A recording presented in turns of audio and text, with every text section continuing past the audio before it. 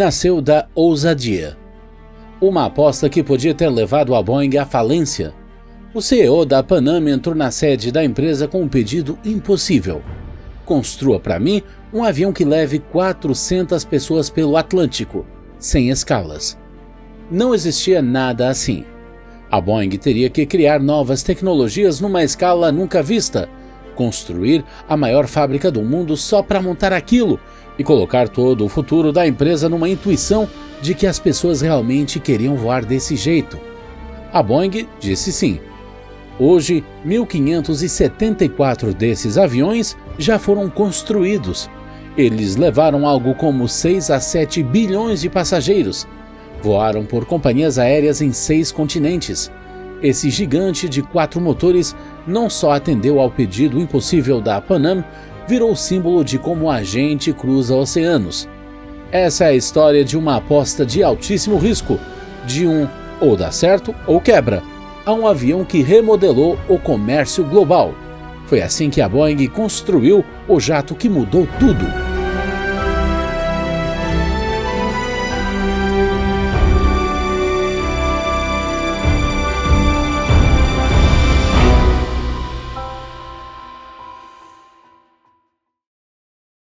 Volta para 1965. Viajar de avião não tinha nada a ver com hoje. Voar era caro, exclusivo. Uma passagem transatlântica custava o equivalente a meses de salário para um trabalhador comum. Os aeroportos eram pequenos, os aviões menores ainda. O Boeing 707 tinha revolucionado as viagens a jato no fim dos anos 50, mas mesmo assim levava só uns 140 passageiros. Rotas de longa distância significavam várias paradas para reabastecer. De Nova York a Tóquio, precisava pousar no Alasca. De Londres a Sydney eram 3 dias com pernoites entre conexões. As companhias aéreas precisavam de algo maior. A demanda crescia mais rápido do que elas conseguiam adicionar voos. Os aeroportos viviam congestionados. Mas ninguém tinha descoberto como construir aeronaves maiores sem deixá-las pesadas demais, perigosamente ineficientes ou as duas coisas. Aí entra Juan Trippe. Trippe comandava a Pan Am e tinha uma visão que parecia loucura: democratizar as viagens aéreas, tornar acessível para famílias comuns, para a classe média, deixar o voo barato o bastante para uma professora de Ohio conseguir conhecer Paris. Só que isso exigia um avião que não existia, algo que levasse o dobro de passageiros de um 707 e ainda desse lucro. Trippe procurou a Boeing com essa proposta. A resposta definiria os próximos 50 anos da aviação. Mas antes, era preciso resolver problemas que ninguém nunca tinha resolvido.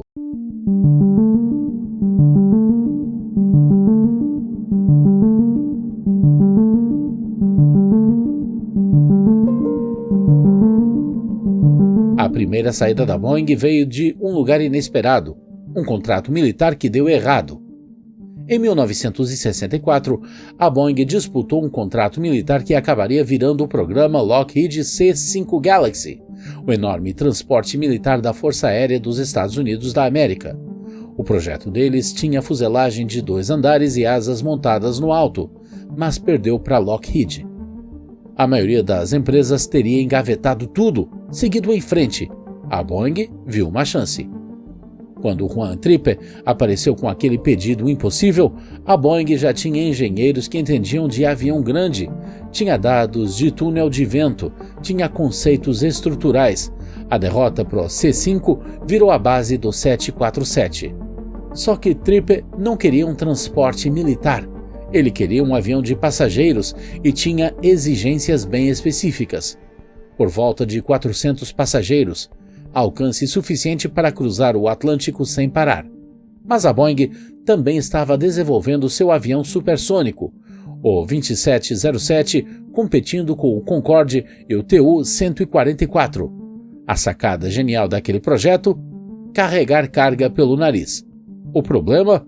Você não consegue carregar carga pelo nariz se a cabine de comando estiver no caminho. Então, a Boeing levou a cabine de comando lá para cima. Isso criou a corcunda icônica do 747. No começo, ela só ia até uma seção, o suficiente para caber a cabine e um pequeno lounge de primeira classe. Aquela corcunda virou a assinatura do 747. Dá para reconhecer esse avião de qualquer ângulo, em qualquer lugar do mundo. O que começou como uma solução prática para um problema de carregamento de carga, virou a silhueta mais marcante da história da aviação. O 747 não era para ser revolucionário, era para ser prático. Mas alguma coisa aconteceu no caminho.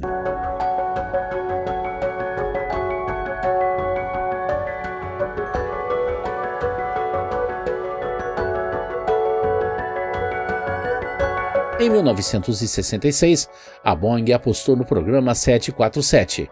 A empresa se endividou pesado para bancar o desenvolvimento. Estamos falando de um risco do tipo tudo ou nada. E começou do jeito mais maluco possível, construindo o maior prédio do mundo. Everett, Washington. O galpão principal de montagem ocupa 98,3 acres sob um único teto, com 472 milhões de pés cúbicos de volume. Dá para enfiar a Disneyland lá dentro. E aqui vem a parte insana. Eles estavam construindo essa fábrica antes mesmo do desenho do avião ficar pronto. Os operários montavam a linha de montagem enquanto os engenheiros ainda estavam rabiscando o 747. As portas são tão gigantes que, quando abrem, a pressão do ar lá dentro muda. Isso não era planejamento industrial normal. A Boeing tinha prometido entregar para a Pan Am até 1969. Joe Sutter liderou a equipe de engenharia. O grupo ganhou o apelido de Os Incríveis pelo que estavam tentando fazer. Esses engenheiros trabalhavam sem parar, literalmente, turnos de 24 horas, dormindo na mesa, a pressão era esmagadora. A fábrica de Everett foi o momento all-in da Boeing. Dezenas de milhões de dólares foram torrados em infraestrutura para um avião que só existia no papel. Se o 747 desse errado, aquela fábrica viraria o monumento mais caro à arrogância da história industrial. Mas não deu errado. A fábrica de Everett acabou produzindo não só o 747, mas também o 767, 777 e 787. Ela também vai abrigar uma linha de montagem do 737 MAX. E segue sendo o maior prédio do mundo por volume. Tudo porque a Boeing apostou tudo num avião que ainda nem existia. Tirou o marketing, as pinturas, as marcas das companhias aéreas e sobra isto. Um avião que foi um dos desafios de engenharia mais completos da história da aviação comercial. O 747 não foi revolucionário por causa de um único avanço. Foi revolucionário por causa de tudo ao mesmo tempo. Vamos começar pela fuselagem. Como é que você faz um tubo largo o bastante para umas 400 pessoas realmente voarem? A fuselagem precisava ter cerca de 6 metros de diâmetro. Isso era inédito. Configuração de 2 corredores, 3 assentos de cada lado e 2 corredores no meio. Fazer um cilindro desse tamanho continuar eficiente aerodinamicamente significou repensar tudo na estrutura do avião. A Boeing usou ligas de alumínio avançadas, painéis de revestimento mais espessos, colocados de forma estratégica para aguentar as tensões. Cada rebite conta, porque esse negócio decola pesando mais de 330 toneladas. As asas são um feito de engenharia impressionante. Enflechadas a 37,5 graus, com dispositivos hipersustentadores complexos, slats no bordo de ataque e flaps trilha-fenda no bordo de fuga. Isso permite que o 747 decole e pouse a velocidades razoáveis apesar do peso. As versões clássicas têm envergadura de 59,6 metros. O 747-400 vai a 64,4 metros com extensões de ponta de asa. O 747-8 chega a 68,4 metros. Mas o verdadeiro brilho está na estrutura. A caixa da asa, o principal componente estrutural, é uma montagem gigantesca de revestimentos, longarinas e nervuras atravessando toda a largura da fuselagem. Ninguém tinha tentado essa escala antes. O armazenamento de combustível virou outro pesadelo. As asas têm vários tanques interligados, com tubulações e válvulas bem complexas.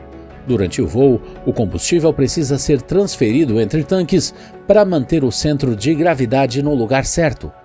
Aí vieram os motores. Não existia nada que conseguisse empurrar esse monstro. O 747 precisava de 4 motores, cada um com mais de 40.000 libras força de empuxo. A Pratt & Whitney desenvolveu o JT9D especificamente para esse programa. Era um turbofan de alto bypass mais silencioso e mais potente do que qualquer coisa anterior. O trem de pouso teve que distribuir 735.000 libras por 18 rodas. 4 conjuntos do trem principal com 4 rodas cada, mais o trem de nariz com 2 rodas. O trem de pouso do corpo tem capacidade de esterçamento para reduzir o raio de curva. Isso deixa o 747 fazer curvas fechadas em taxiways pensadas para aviões menores. Cada sistema do 747 foi repensado.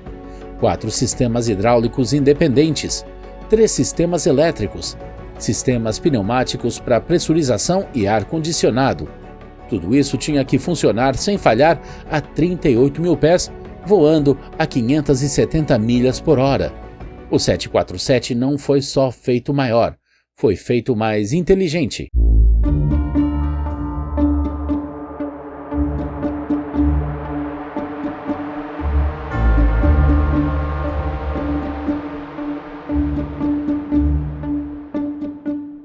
9 de fevereiro de 1969, Everett, Washington.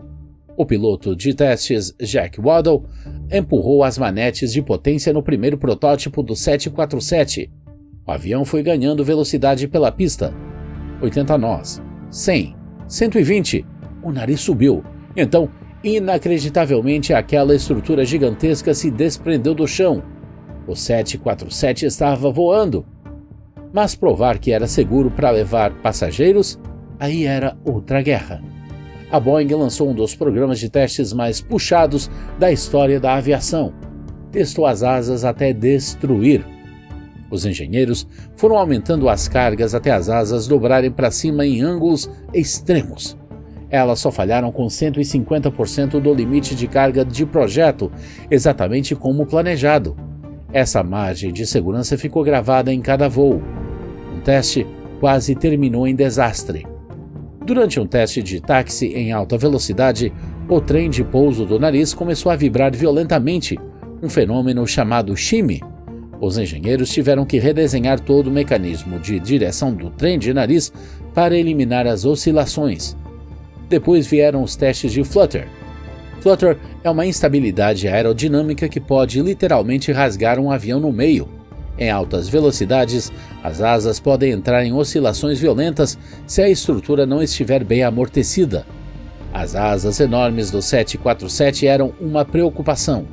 Os engenheiros instalaram acelerômetros por toda a célula e voaram por todo o envelope de velocidade, monitorando qualquer vibração perigosa. O avião passou, por pouco. Os primeiros voos de teste revelaram problemas na estrutura da cauda. Oscilações pequenas que exigiram modificações no projeto. A Boeing reforçou a deriva e ajustou como o estabilizador horizontal se fixa. Apesar dos contratempos, a Boeing praticamente manteve o cronograma. Em dezembro de 1969, a FAA concedeu ao 747 seu certificado de tipo. 15 meses do primeiro voo até a certificação. Na época, algo impensável para uma máquina tão complexa. Mas a aposta de verdade estava só começando. – 22 de janeiro de 1970. O voo 747 da Pan Am saiu do JFK em Nova York rumo a Londres Heathrow. O primeiro voo comercial do 747. A era do jato acabou de ficar gigante. Virou um espetáculo mediático. Jornalistas lotaram o deck superior, champanhe a rodo. O próprio Juan Trippe estava a bordo a celebrar a visão dele. Semanas antes, a primeira-dama Pat Nixon tinha batizado o avião com a cerimônia tradicional da garrafa de champanhe. A Pan Am foi o cliente de lançamento, mas não foi a única. TWA, Lufthansa, Japan Airlines e BOAC vieram logo a seguir com encomendas. E aí, a realidade bateu, e forte. Os primeiros motores JT9D eram temperamentais. Problemas de fiabilidade marcaram os primeiros meses. As companhias enfrentavam atrasos frequentes. Trocar motor virou rotina. A Pratt & Whitney correu para corrigir tudo. Os motores simplesmente ainda não estavam prontos para serviço comercial. As equipes de terra também não estavam preparadas. O 747 exigia equipamento especializado. As pontes de embarque existentes eram curtas demais. Os caminhões de combustível tiveram que ser melhorados porque os tanques do 747 levavam 3 vezes mais do que os de um 707. Os sistemas de bagagens não davam conta do volume. Os aeroportos tiveram de correr para adaptar a infraestrutura. Mas o problema maior era outro: a economia. As companhias encomendaram o 747 esperando que a procura por passageiros explodisse. Não explodiu. O início dos anos 70 trouxe uma crise econômica. O preço do combustível disparou. As companhias não conseguiam encher os lugares. Os fatores de carga desabaram. Os voos operavam com prejuízos gigantes.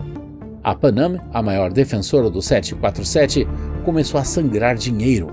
Outras reduziram encomendas. As ações da Boeing despencaram. A empresa ficou à beira da falência. Mas a visão da Boeing para a carga salvou tudo. Aquela porta de carga no nariz não era só um plano B, virou uma tábua de salvação. As companhias descobriram que podiam usar configurações Kombi, passageiros à frente, carga atrás, ou operar voos cargueiros dedicados. A capacidade de carga do 747 fazia o avião render dinheiro, mesmo quando a procura por passageiros estava fraca. Em 1972, o 747 começou a provar o seu valor. A fiabilidade dos motores melhorou, a procura voltou.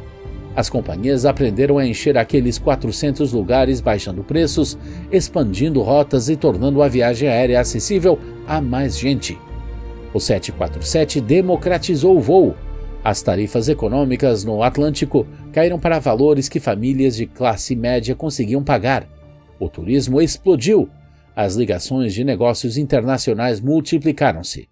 Em meados dos anos 70, o 747 já não estava só a sobreviver, estava a dominar.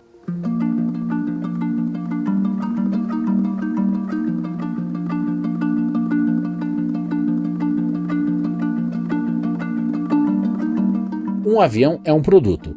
Uma família de aviões é uma estratégia. A Boeing não parou no 747-100 original.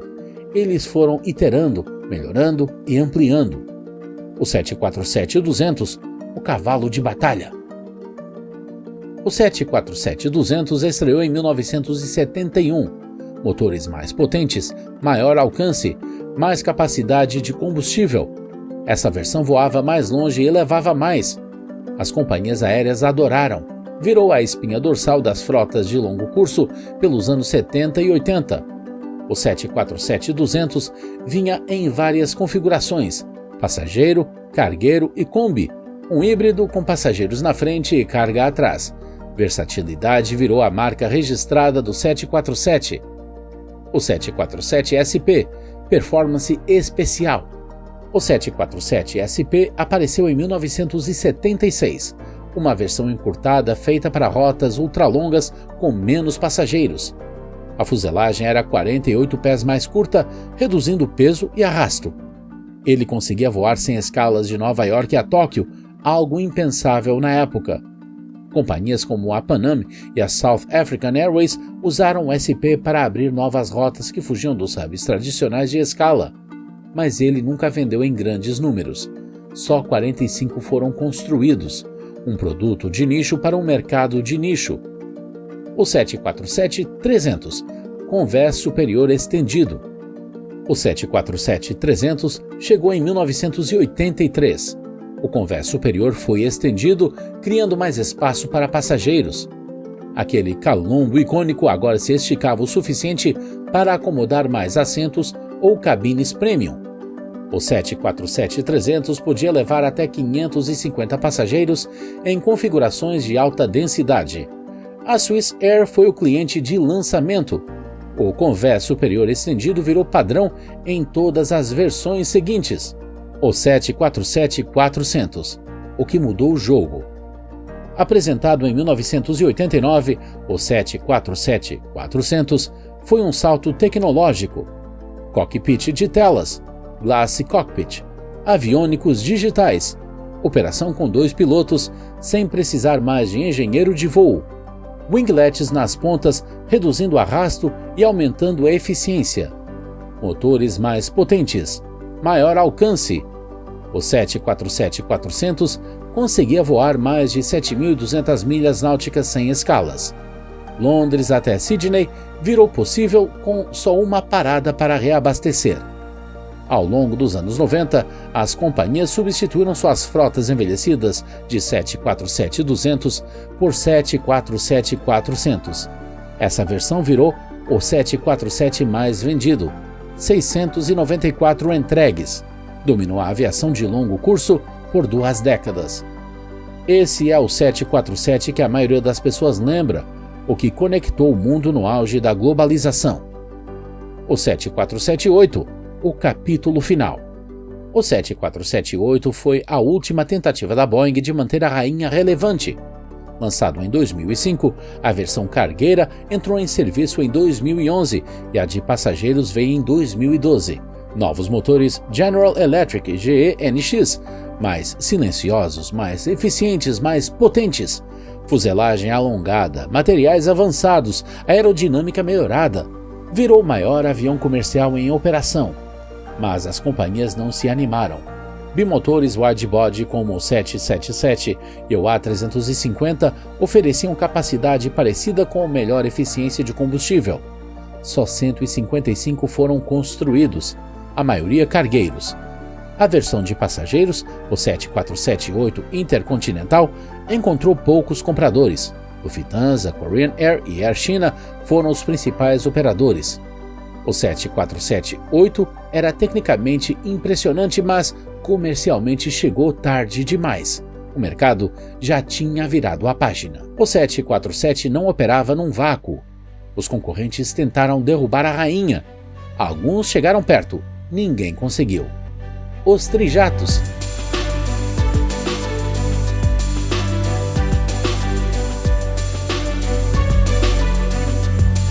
McDonnell Douglas DC-10 e o Lockheed L-1011 TriStar apareceram no início dos anos 70.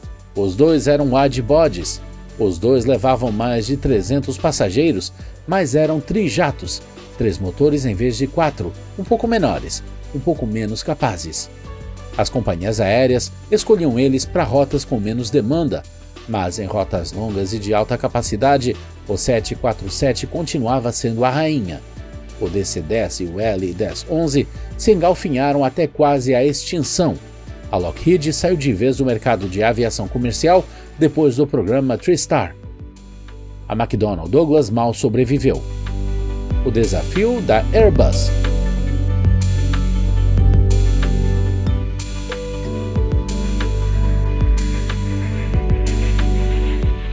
A Airbus entrou com o A300 e depois o A310, oferecendo a eficiência de 2 motores, mas, no começo, a Airbus focou no mercado de capacidade intermediária, evitando brigar direto com o 747. Estratégia esperta. Deu tempo para a Airbus se firmar antes de desafiar o domínio da Boeing. Aí veio o Airbus A340. 4 motores, longo alcance, feito especificamente para competir com o 747-400 em rotas ultralongas. Não deu certo. O A340 era menos eficiente, levava menos passageiros e não chegava nem perto da capacidade de carga do 747. As companhias preferiram o 777 bimotor, que entregava alcance parecido com custo operacional menor. Airbus descontinuou o A340 depois de anos de vendas decepcionantes.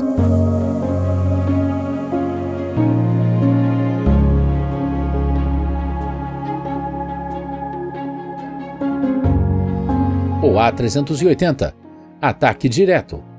O Airbus A380 foi o ataque direto ao trono do 747. entrou em serviço em 2007 e era maior. 555 passageiros na configuração padrão, até 853 em alta densidade. 2 andares ao longo de toda a fuselagem, 4 motores, o maior avião de passageiros já construído. Algumas companhias, como a Emirates, abraçaram a ideia. O A380 oferecia um nível de conforto e capacidade sem igual, mas virou um desastre comercial. Os custos de desenvolvimento explodiram, a produção era ineficiente e as companhias perceberam que não precisavam de um avião de 550 lugares. Precisavam de flexibilidade. Widebodies bimotores como o 777 e o A350 conseguiam atender mais rotas, com mais frequência e por menos. A Airbus parou a produção do A380 em 2021, depois de fabricar só 251 aeronaves. O 747 durou mais do que seu suposto sucessor. O substituto de verdade. A ironia é esta: o Boeing 777 virou o verdadeiro substituto do 747. Lançado em 1995, o 777 trouxe a eficiência de 2 motores, longo alcance e capacidade para mais de 300 passageiros. A conta fechava, e de um jeito impossível de ignorar. O 777 não competiu diretamente com o 747, ele eliminou a necessidade dele. Nos anos 2000, aviões com 4 motores estavam virando coisa do passado. Eficiência de combustível passou a pesar mais do que capacidade. As regras de ETOPS permitiram que bimotores voassem rotas que antes eram limitadas a aviões com 3 ou 4 motores. O mercado virou. A era do 747 estava acabando, mas o tamanho do seu impacto é que só agora estava sendo totalmente entendido.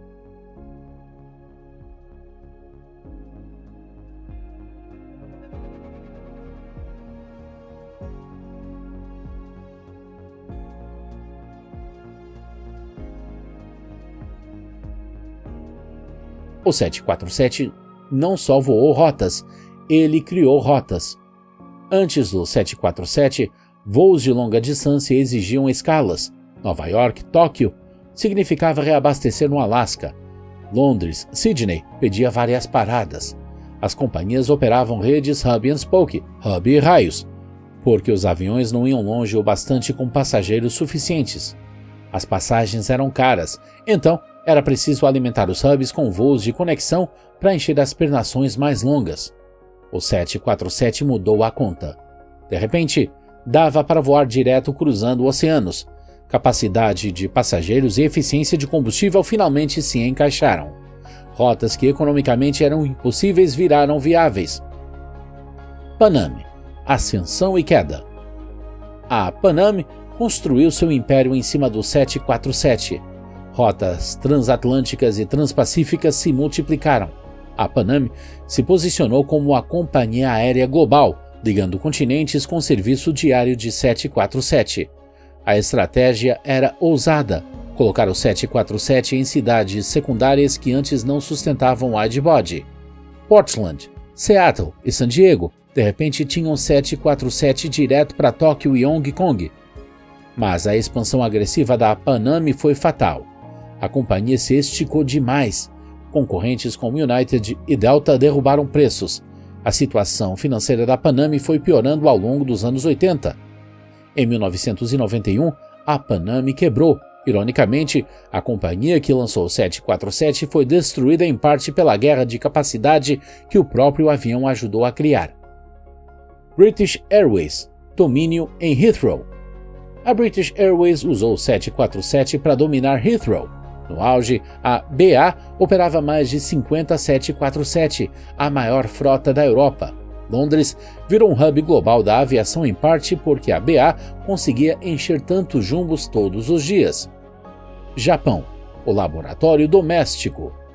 A Japan Airlines e a All Nippon Airways operavam frotas enormes de 747 em rotas domésticas de alta densidade. Tóquio-Osaka, Tóquio-Sapporo. Voos curtos com mais de 500 passageiros espremidos num único avião. Só no Japão, isso fazia sentido. Alta densidade populacional, viajantes de negócios que não iam dirigir nem pegar trem. As companhias precisavam de capacidade máxima em rotas curtas. O 747 era perfeito. A JAL operou mais de 80 747 no auge, uma das maiores frotas do mundo. Os voos saíam de Tóquio a cada hora. O 747 imprimia dinheiro nas rotas domésticas japonesas. A conexão do Oriente Médio. Companhias do Oriente Médio, como a Saudi Arabian Airlines, usaram 747 para ligar o Golfo à Europa, Ásia e América do Norte. Qantas, pioneira do ultralongo alcance. A Qantas foi pioneira no ultralongo alcance com o 747. A Kangaroo Route, de Sydney a Londres, virou icônica. No começo ainda precisava parar no Bahrein, Singapura ou Bangkok. Mas conforme as variantes do 747 evoluíram, trechos sem escala foram ficando possíveis. O 747-400 finalmente fez Sydney-Los Angeles sem escala, uma maratona de 13 horas que redefiniu o que era voar long haul. As tripulações da Qantas desenvolveram expertise em operações de ultralongo alcance. Descanso de tripulação virou crucial. Protocolos de gestão de fadiga de pilotos foram pioneiros em voos de 747 da Qantas. O ponto em comum em todas as regiões. O 747 não só atendia mercados, ele criava mercados.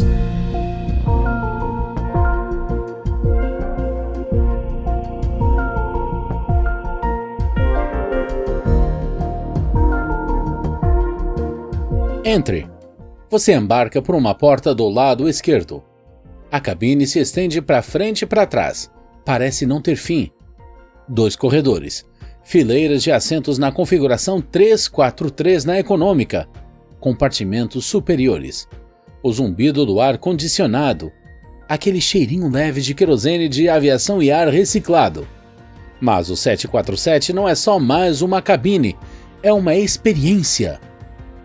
O mistério do Upper Deck. Aquela escada pro Upper Deck. Subir esses degraus dá uma sensação de exclusividade.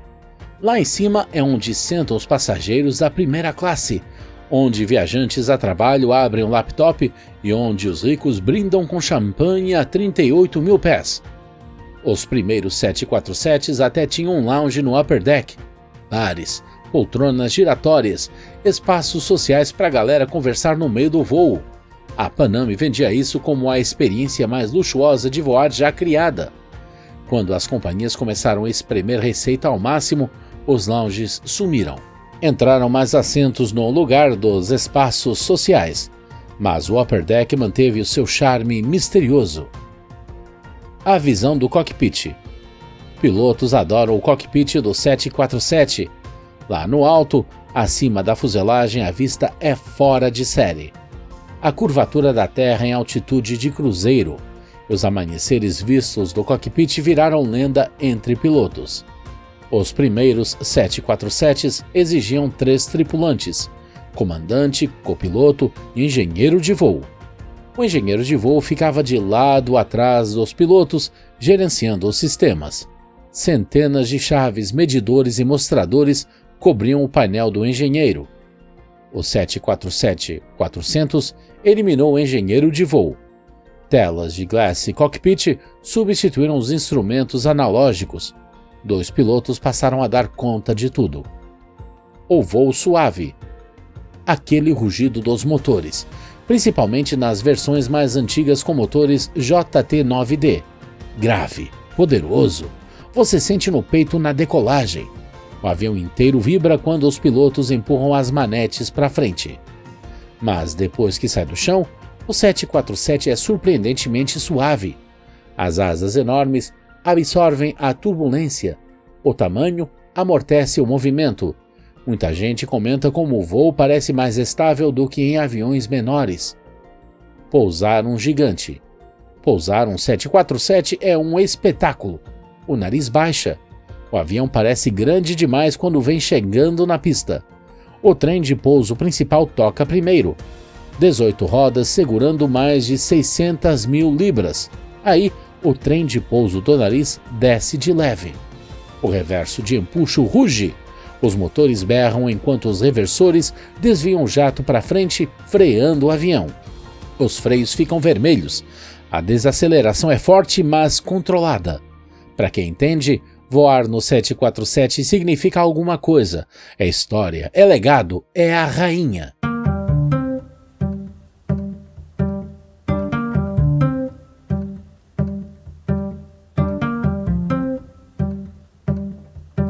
Voos de passageiros levam toda a fama. Carga é quem paga as contas. Até hoje, o 747 manda na aviação cargueira como nenhum outro avião. Aquela porta de carga no nariz não foi um detalhe, foi genial. Abre o nariz, levanta ele e dá para entrar com empilhadeira direto na fuselagem. Os pallets vão de ponta a ponta, zero espaço desperdiçado. O convés principal de um 747 cargueiro leva mais de 30 pallets. É carga para valer. Eletrônicos, remédios, peças automotivas, flores frescas do Quênia, frutos do mar da Noruega, qualquer coisa que precise cruzar um oceano rápido. Os gigantes da carga. A UPS opera uma das maiores frotas de 747-8F entre as cargueiras. Ela precisa de velocidade. Entrega overnight da Ásia para a América do Norte, exige avião que carregue volumes enormes sem parar. O 747 foi feito exatamente para isso. A Cargolux, especialista em carga de Luxemburgo, tem uma grande frota de 747 cargueiros. Move mercadorias entre continentes todos os dias, Europa para a Ásia, Ásia para a América do Norte. O 747 viabiliza cadeias globais de suprimento just in time. Cathay Pacific Cargo, Korean Air Cargo, Nippon Cargo Airlines. As companhias asiáticas dominam as operações de carga com 747. Hong Kong, Seul e Tóquio viraram mega hubs de carga. O 747 tornou isso possível. O mercado de conversão. Os 747 de passageiros convertidos inundaram o mercado de carga. As companhias aposentam os 747 de passageiros e convertem para cargueiro. Algumas empresas até se especializam nessa conversão. Tirar os assentos, reforçar o piso e instalar portas de carga. Um 747 de passageiros vira cargueiro em poucos meses. Hoje, centenas de 747 cargueiros ainda estão em operação. São mais velhos, menos eficientes, mas ainda movimentam uma fatia absurda do transporte aéreo de carga no mundo. A cadeia de suprimentos do iPhone e da Apple, trocada por cargueiro 747. Componentes da Ásia para fábricas de montagem e depois para centros globais de distribuição. O 747 é a espinha dorsal invisível. O 747 não serviu só para levar pessoas e carga, ele redesenhou indústrias. Turismo transformado. O turismo explodiu por causa do 747. Antes dele, viajar para fora era para poucos. Passagens caras, pouca capacidade, só gente rica ia para o exterior com frequência. O 747 transformou o turismo no mercado de massa. Bilhetes mais baratos, mais rotas. Famílias de classe média do nada conseguiam pagar férias na Europa. O turismo na Ásia disparou. O Mediterrâneo ficou ao alcance. Ilhas do Caribe prosperaram. Economias inteiras foram construídas em cima do turismo viabilizado pelo 747. Tailândia, Grécia, Espanha. O setor de turismo desses países explodiu nos anos 80 e 90, diretamente ligado ao aumento de capacidade aérea. Cadeias globais de suprimento. As cadeias globais de suprimento dependem do 747. A manufatura moderna gira em torno da logística just in time. Peças feitas em Taiwan, montadas no México, entregues a clientes na Alemanha, tudo em poucos dias. O 747 cargueiro tornou isso possível. Produtos de alto valor passaram a ir de avião em vez de navio. Velocidade virou vantagem competitiva. Eletrônicos, fármacos, peças automotivas, moda, tudo dependente das redes de carga do 747. Poder estratégico. Governos usam 747s para fins estratégicos. O Air Force One, o avião do presidente dos Estados Unidos da América, é um 747-200 modificado. 2 estão em serviço, designados VC-25A. São centros de comando voadores, capazes de reabastecer em voo e operar como uma Casa Branca móvel. Eles têm comunicações seguras, contramedidas defensivas e sistemas de autossuficiência que permitem ao presidente governar a 38 mil pés durante crises. O Japão operou 747s como transporte governamental até 2019, quando foram substituídos por 777-300ER. O 747 presidencial da Coreia do Sul, conhecido como Code One, entrou em operação por volta de 2010. A aeronave inclui salas de reunião, comunicações seguras e acomodações luxuosas. Aplicações militares. O E-4B, apelidado de Night Watch, é um 747 modificado como posto de comando aéreo para a guerra nuclear. Ele consegue resistir a pulsos eletromagnéticos e operar de forma independente por dias. 4 E-4B foram construídos nos anos 70. Eles ficam em alerta constante. Até a NASA usou um 747, o Shuttle Carrier Aircraft, um 747 modificado que transportava o ônibus espacial montado nas costas.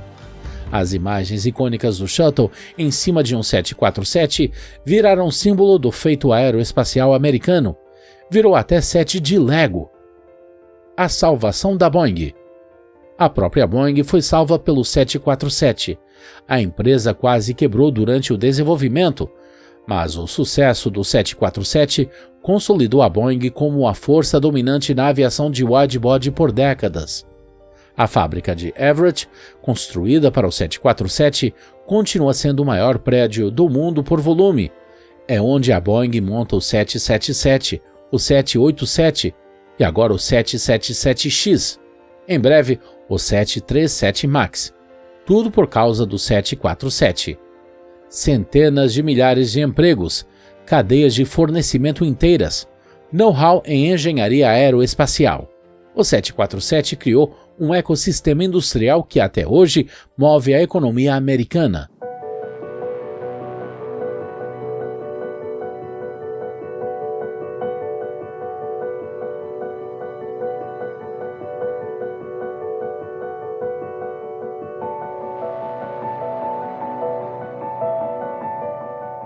Vamos respirar um pouco e falar das coisas incríveis que este avião já fez. O maior número de passageiros de sempre. O 747 tem o recorde do Guinness de mais passageiros transportados num único voo. Na Operação Salomão, em 1991, um 747 da El Al evacuou 1.088 judeus etíopes de Addis Abeba para Tel Aviv, incluindo 2 bebês que nasceram durante o voo. Histórias de sobrevivência. O 747 consegue voar com 3 motores, e numa emergência até com 2. Em 1985, o voo 006 da China Airlines, um 747 SP, sofreu falha de motor e turbulência violenta sobre o Pacífico. O avião entrou em mergulho. O comandante recuperou o controle e aterrou em segurança. Todos os motores ficaram danificados, mas a célula aguentou. Escala e capacidade. As asas do 747 são tão grandes que, se as encostasse ponta com ponta, cobririam quase um acre. A área alar é de 5.500 pés quadrados. A capacidade de combustível é absurda. O 747-100 original levava cerca de 48 mil galões. O 747-400 leva mais de 57 mil galões. E o 747-8 pode levar até 64 mil galões. A cabine principal é tão grande que dava para estacionar vários ônibus lá dentro. O comprimento é de 184 pés. A largura é de 20 pés. A altura é de 8 pés. Carga fora do comum. Os 747 já transportaram de tudo: cavalos, elefantes, iates, satélites, até peças da Estação Espacial Internacional. Uma vez, um 747 levou uma locomotiva inteira de trem da Austrália para a China. Ambição militar. O 747 é um dos poucos aviões comerciais com uma variante militar. O YAL-1 foi um sistema experimental de arma laser aerotransportada. A Boeing modificou um 747-400 com um laser montado no nariz feito para abater mísseis balísticos. O programa acabou cancelado, mas a ambição era inacreditável. Evolução dos motores. Com 1.574 aeronaves construídas e 4 motores cada, mais de 6.000 motores foram instalados em 747 ao longo da produção, sem contar reservas e substituições.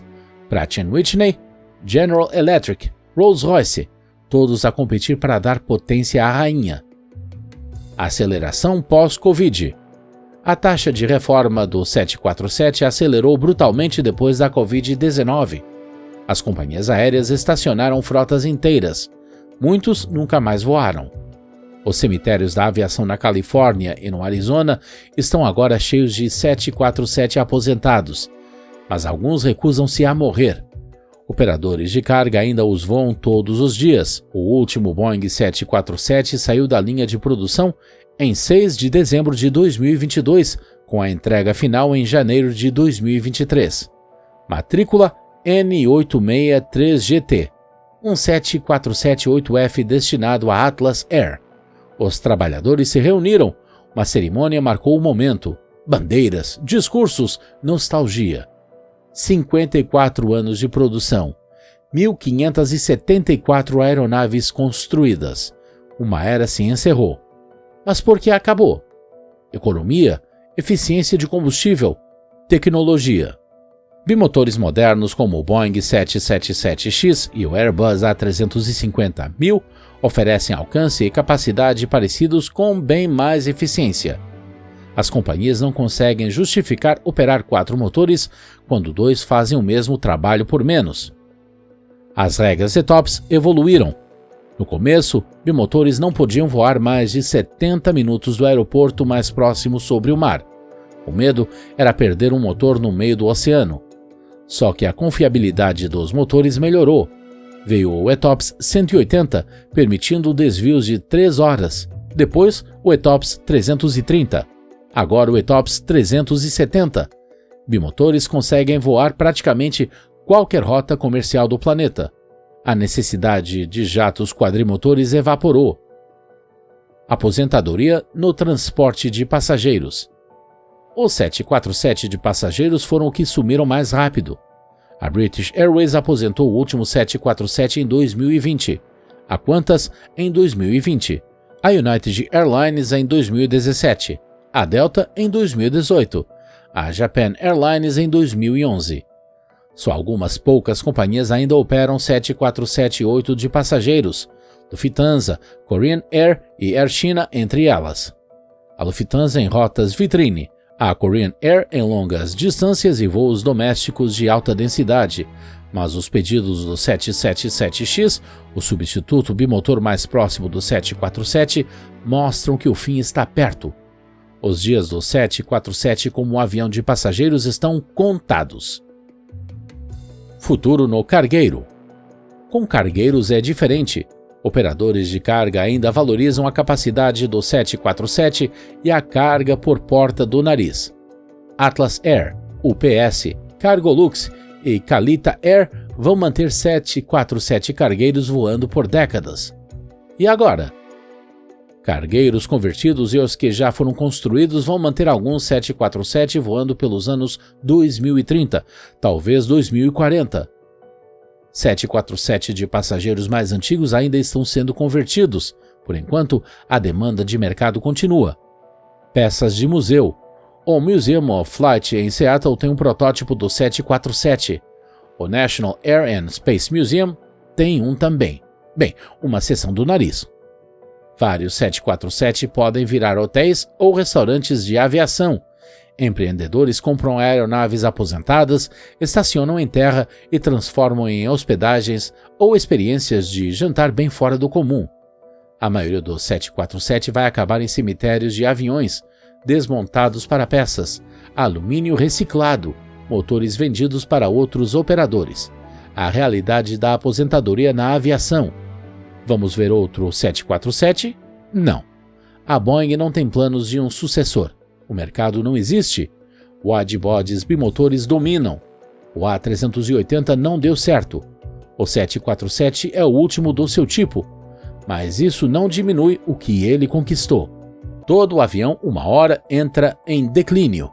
Até os programas mais bem-sucedidos acabam ficando para trás quando surgem tecnologias novas. Mas o 747 é diferente. Ele não simplesmente sumiu, ele definiu uma era. O que foi substituído?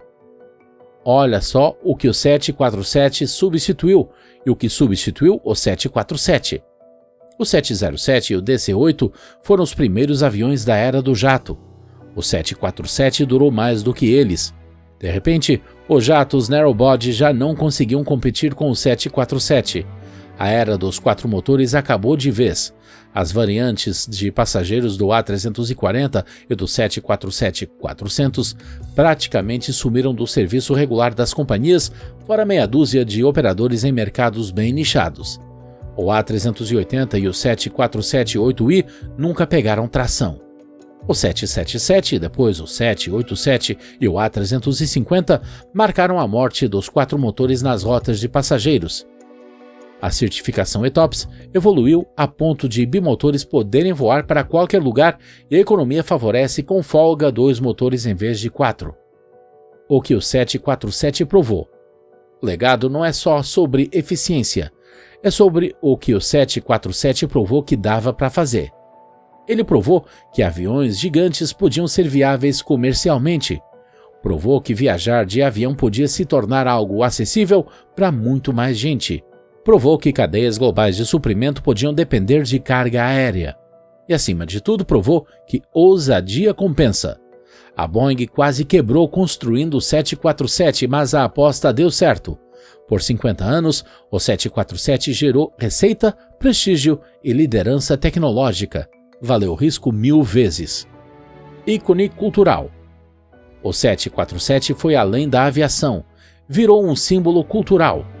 Filmes têm 747, Air Force One, de 1997, Duro de Matar 2, 1990, Decisão Crítica, 1996. O 747 representa poder, prestígio e alcance global. Marcas usam o 747 em publicidade. A silhueta dele é reconhecível na hora. Até quem não é fã de aviação conhece o 747. Spotters se juntam nos aeroportos para fotografar 747. Certas pinturas viraram lendárias. A Landor, da British Airways, o Globo Azul da Pan Am, o Canguru Voador da Qantas, tudo em 747. O 747 não é só um avião, é um fenômeno, a rainha dos céus, que ela reine por muito tempo na memória. Antes de ir, o algoritmo do YouTube acha que você vai gostar do próximo vídeo, então, por que não conferir?